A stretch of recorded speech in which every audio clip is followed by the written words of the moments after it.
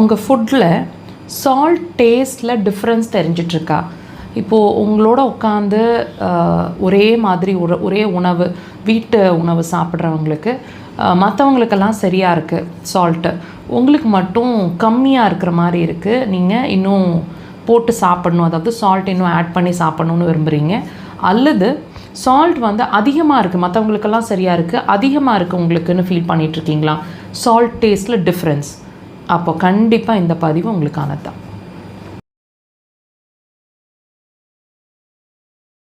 Salt வந்து ரொம்ப அதிகமாக இருக்குது என்னோடய உணவில், ரொம்ப கரிக்கிற மாதிரி தெரியுது, அல்லது எப்போவுமே சால்ட்டு பத்தாத மாதிரியே இருக்குது, மற்றவங்களுக்கெல்லாம் சரியாக இருக்குது, எனக்கு மட்டும் இந்த ஃபீலிங் வந்து ரெகுலராகவே இருந்துகிட்ருக்குன்னு நீங்கள் உணர்றீங்க அப்படின்னா நீங்கள் வந்து இந்த விஷயத்தை கொஞ்சம் கவனம் கொடுக்கணுங்க. ஏன்னு தெரிஞ்சுக்கலாம்.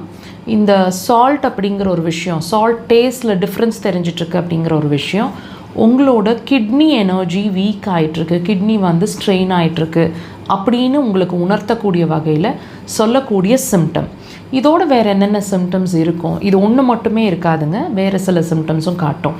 பர்டிகுலராக காதில் வந்து இரைச்சல் சவுண்டு, பஸ்ஸிங் சவுண்டு மாதிரி இருக்கிறது, இரைச்சல் சவுண்டு மாதிரி இருக்கிறது, குடைஞ்சிக்கிட்டே இருக்கணும் போல் இருக்கிறது, காதில் நம்னஸ் மாதிரி இருக்கிறது, சூடு கொப்பளங்கள் மாதிரி வர்றது, அல்லது அடைச்சிக்கிற மாதிரி இருக்கிறது, இந்த மாதிரி ஏதாவது ஒரு விஷயங்கள் உங்கள் காது சார்ந்து இருக்கும்.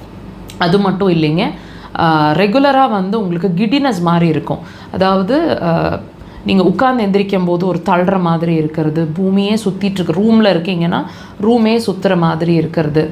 ஸோ இந்த மாதிரி விஷயங்கள் தெரியும். நடக்கும்போது பேலன்ஸ் இல்லை, விழுந்துருவணும்னு ஒரு ஃபீலிங் இருக்கும்.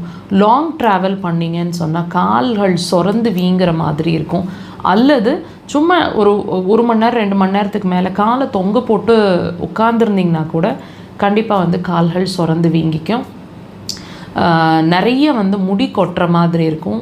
யூரின் போகிறதுல டிஃப்ரென்ஸ் இருக்கும். சிலர் எரிச்சலாக ஃபீல் பண்ணுவாங்க, நுரைச்சி போகிற மாதிரி, யூரின் நுரையாக போகுது, யூரின் அதிகமாக ஸ்மெல் இருக்குது, யூரின் கம்மியாக போகுது, அல்லது அதிக தடவைகள் யூரின் போகிறோம்.